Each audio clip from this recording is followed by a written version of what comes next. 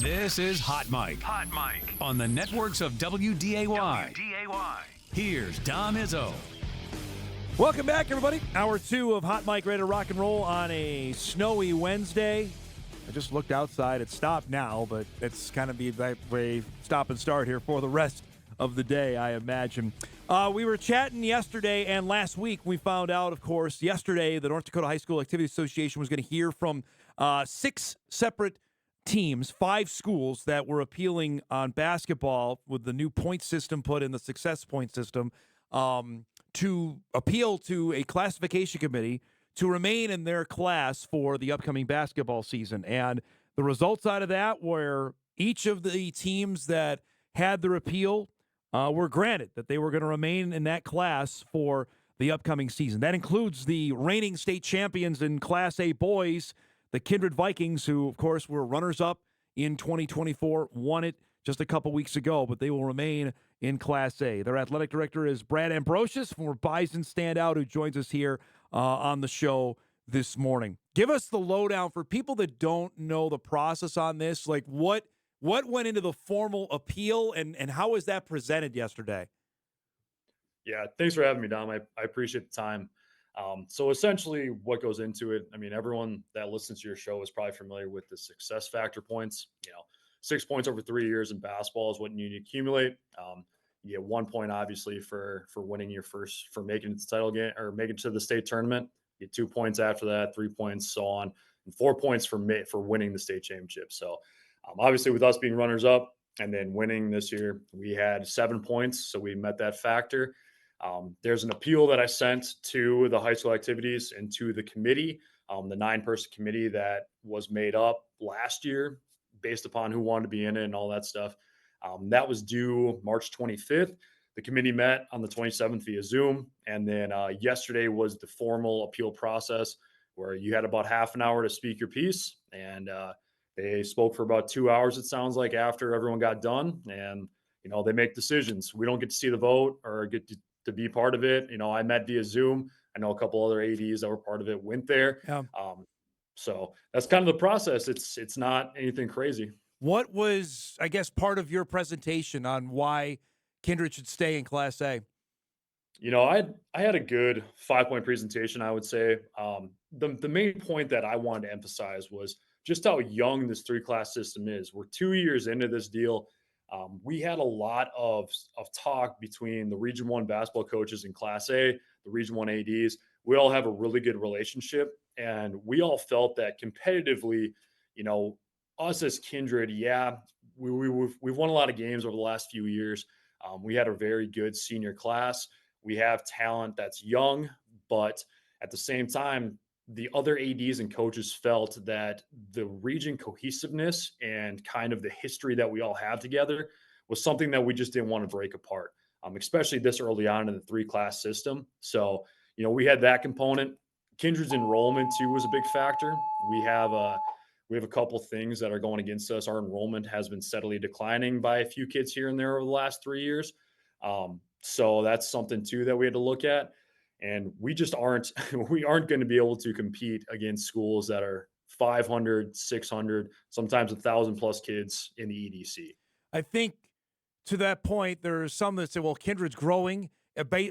West Fargo and Kindred, Horace, or you guys are almost touching now that it's only going to be a matter of time before you're going to be, like football is going to move up a class this upcoming fall, that maybe get the cart before the horse here and maybe go and do it. What would be your response to that, to say, okay, maybe eventually you guys are going to be in that top class in a couple years anyway? Yeah, I think it's further down the line than what people think. Anybody that's taken a drive from Horace to Kindred knows that they don't touch yet. Like, our school districts might touch, but that Horace dividing line where it kind of stops after you get past Big Herbs, everything is being built either east of there, west of there. It's not really pushing south just yet.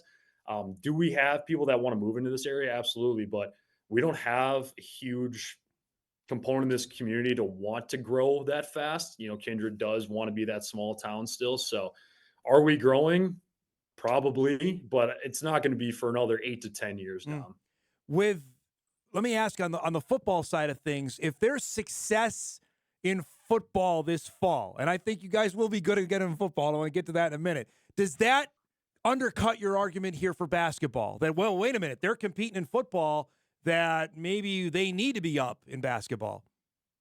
I think it's two different things. It's football and basketball are completely different. And we went up in football because they lowered the enrollment line. So we were above that enrollment line, Right. right? The free and reduced plays a big role into a lot of people's enrollment in football. We don't have a lot of free and reduced here.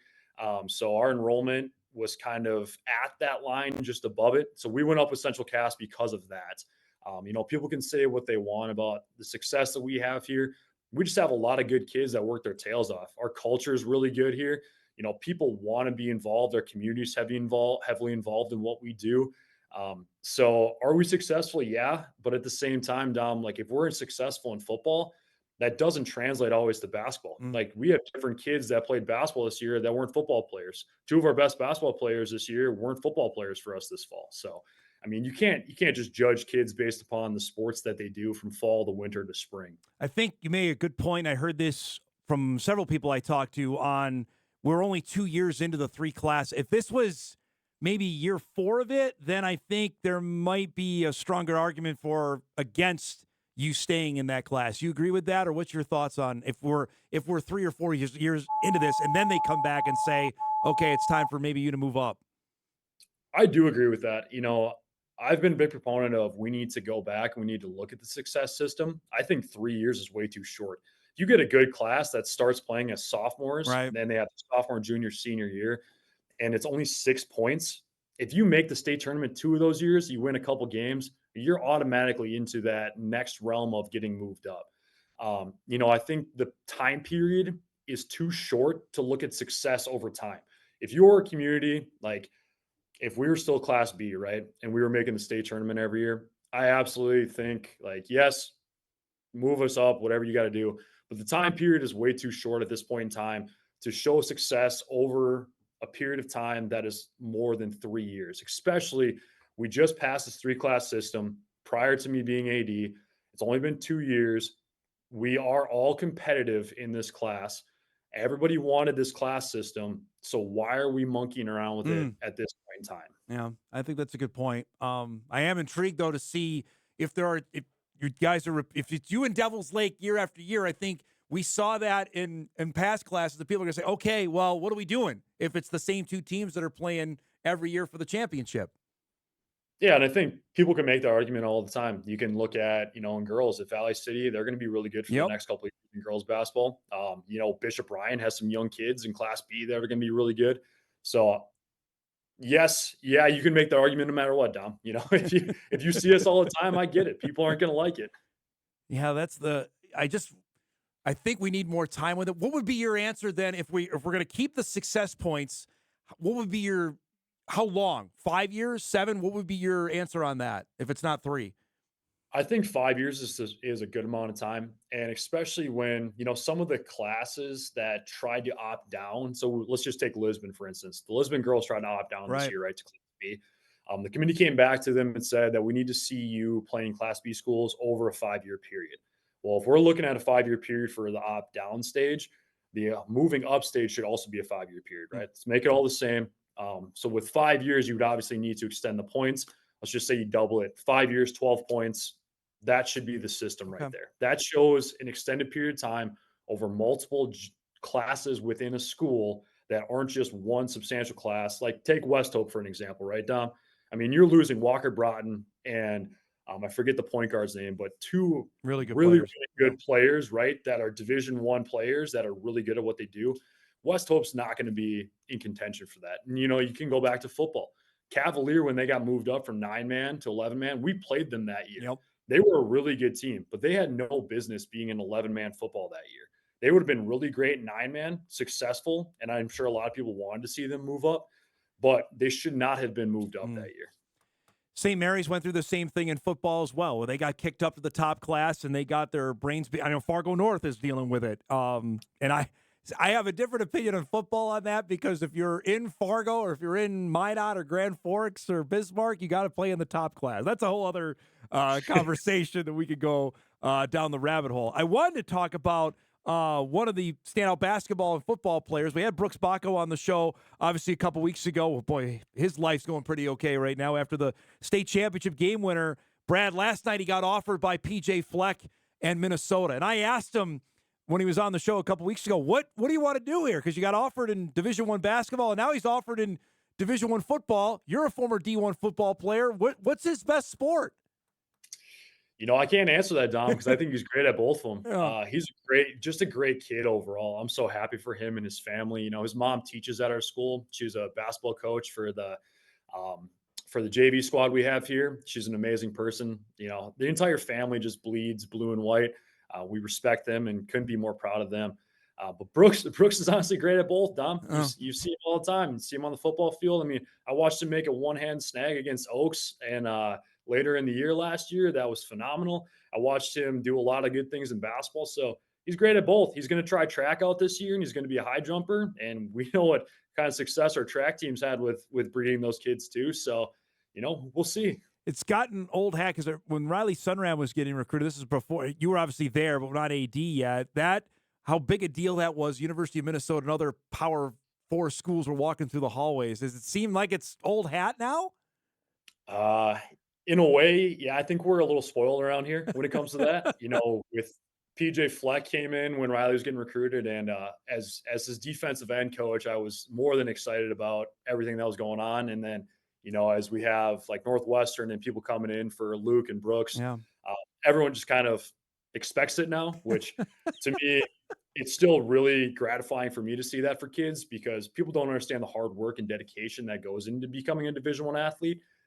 So I think we're spoiled, but I do think people appreciate it still in our community. It's just wild to think of this a few years ago where Kindred now is getting routine FBS Power 4 looks at both players is just remarkable. Okay, I saved this to the end of the interview. I got the hard questions out of the way. Can you now confirm for everyone that you were not offsides in the James Madison semifinal game in 2016? Good Lord. Can we play that clip for everyone to see? I mean, I've heard from multiple people over the years that, like, hey, just so you know, like, great to meet you, but you weren't offsides. And I couldn't agree more. I think it's bogus. Like, I was trying to flinch a little bit in order to get him because that tackle was new. And so he was false starting like crazy that game. The dome was loud. And so I was trying to flinch a little bit, but at no point in the game did I go across that line. And whatever. I'm over it. Happened a long time ago. I'm getting old now, Dom. That was 2016. I feel like I'm ancient at this point. You don't sound like you're over it. I'm going to tell you right now. It doesn't sound like it. Oh, it's just frustrating, man. Like, come on. It's I was never offsides. I knew what I was doing. I was a 2.5-year starter at that point. Like, it was frustrating to me to play in that game, especially, losing that way your senior year. And so it was part of it, just a lot of frustration that now you brought up. So congratulations. You get this. That's on me. Tell me, when you got here as a freshman in 2013, maybe the greatest Bison team ever, what was your introduction to college football? Like, I'm assuming you're going Billy Turner, Joe Haig. What do you remember about that? Yeah, so it was actually Billy Turner. It's funny you say that. I got thrown in as a freshman to play a little bit with the ones. I got my red shirt pulled early on that year and played a little bit sparingly here and there due to cold jerks, injuries, and stuff. So during fall camp, I remember pass rushing on Billy Turner, and I've never seen a guy with hands that quick and especially that powerful. And I remember trying to duck underneath him, and as I was ducking, he hit me in the side of the jaw here with his hands.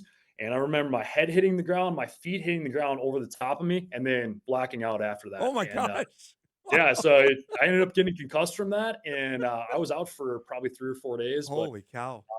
I do remember in fall camp, and it was really hot that fall camp. Yep. We were outside near where the new track facility is out there on the rugby field. And so it was it was an interesting time. But Billy Turner is a man amongst boys. The reason he's been in the NFL for so many years at this point. When you see now that you can play 4 games and keep your red shirt, I joke with Kyle Emanuel about this all the time. He's like, Jay, where is that? That's like 4 years too late. Yeah, I think that, it sucked for me. We talk about it a lot amongst me, Chase Morlock, like Nick DeLuca. Yep. We've talked about it before, I should say. And having that extra year would have been great for some of us. You're starting to get into your own towards that 4.5 year range, the 3, 4, 5 year. My freshman year and my sophomore year, I was not a good football player. I'll be honest with you, Dom. I was thrown in there for reasons that other players weren't ready. There were some other things going on with injuries and stuff. And so I felt like if I had an extra year, I would have really enjoyed it. I'm not saying it would have helped me get to the league or anything like that, because I would have never made it. My buddies joke around with my RAS score all the time that I had from the combine, which is abysmal. And so, but I do think having that extra year, I was fortunate enough to coach in 2017 or help coach. Yeah. And so I got that experience too, which was nice. But I do think playing another year with my friends, the class that I came in with, would have been great. Did Polisek recruit you, or who was your main recruiter to come up here? Yeah, so it was actually Coach P. And a funny story about that is I was choosing between NDSU and Air Force Academy, and Coach P called me up that one day in the spring and goes, "Hey, just so you know, if you don't commit to us soon, we're going to pull your offer." And he hung up on me. And as an 18-year-old kid, I was like, are you serious? Like, is this really a thing? And you know how intense Polisek is, so it felt really real. And so I went to my parents. I'm like, "Mom, Dad, like, they're gonna pull my offer. Like, I love this place. I love what's going on, and like, I don't know what to do." And so about 30 minutes later, I call him back. I'm like, "Hey, I'm committing. Like, it's over. I'm with you guys." And he's like, "Good." Found out later, never gonna pull my offer. He was just trying to mess around with me. So, but it worked out. I had a great experience, and I'm glad that I came here. And but yeah, Coach P was the reason that I'm here. I never knew that. That is a fantastic story. And for people that have seen him, and obviously he came back when you were a sophomore. That's his mentality, right? For people that see him now as a head coach, was he the same way when he was? And I know you didn't work with him a lot because he was obviously the offensive coordinator. But is that the same that do you see now that he was then? Yeah, absolutely. So even though he was the OC or the offensive side of the ball, I didn't work with him a lot, but we have the Wisconsin connection, we'll call it. So between him, Coach Gazer, and myself, and all the Wisconsin boys, we always have that kind of unspoken bond. So we talked quite a bit. But man, he is intense. Between him and Coach Roll and them running on the field, I remember them running out, and we would all be walking. It's like 6 a.m. It's cold. We're all half asleep. And they are running up to players and just screaming in their face, like, "Wake up, get your blood right, let's go." And they are sprinting around. They're doing push-ups. I mean, they are intense people. Yeah. They've always been like that. They're amazing to be around. I would want nobody else as the coach. I'm so happy that he came back and he's the head coach now. I love T-Roll too. He's a good friend of mine. But Coach P and I have a lot of good relationships, and he's been an awesome mentor to me and a lot of other kids that I've known. Last thing before I let you go, and I've asked former Bison players this. I haven't asked you. Who was the best player you played against when you were a Bison? David Johnson. Yeah. I remember David Johnson. So I always looked up to Colton Hegel and Christian Dudzik and Kyle Emanuel. Obviously, Kyle and I are still good buddies. I haven't talked to him in a while, but I've always thought of him as a good mentor to me, him and Cole Jurek. But I remember watching that guy run in 2014, and I remember watching him stiff arm Colton Hegel and Christian Dudzik, who I thought were like the hardest hitters in the world, and spiking their heads off the ground. I'm like, this dude is unreal. So I always tell people David Johnson's the greatest player I've ever played against and I've ever seen play. We played against George Kittle too at Iowa. Yeah. In 2016, he's a close second for me. Dallas Goedert really took it to me a lot in the SDSU games. He's definitely got at least a score of 100-1 on me. But I think David Johnson. Okay, that's a good one. Cooper Kupp's got to be in there. I know you didn't face Kupp, but Kupp, you played against him that Eastern Washington game. He was pretty good too. I know you didn't go up against him one-on-one, but holy cow. So Cooper Kupp's great, but I've never. Yeah. Me having a DB, like, you can have 300 yards against us receiving, and I'm not going to touch you, so it doesn't matter to me. But if you can take me and spike me on my head, like, I have respect for what Dallas Goedert was really good. Holy cow, that's good stuff. It's great to see you, man. Thanks so much for giving us some insight on what's going on down there, and we'll catch up soon. Okay. All right, appreciate it, Dom. Thanks for everything. Brad Ambrosius joining us, Kindred Athletic Director, on the lowdown on the Vikings. They're staying put in Class A basketball. All of the teams that appealed are staying, and I'll have more on that when we get back on the other side of the break. Got a couple emails on it as well. We'll take a break. Hot Mic continues here on a busy Wednesday morning. Back on Hot Mic after this.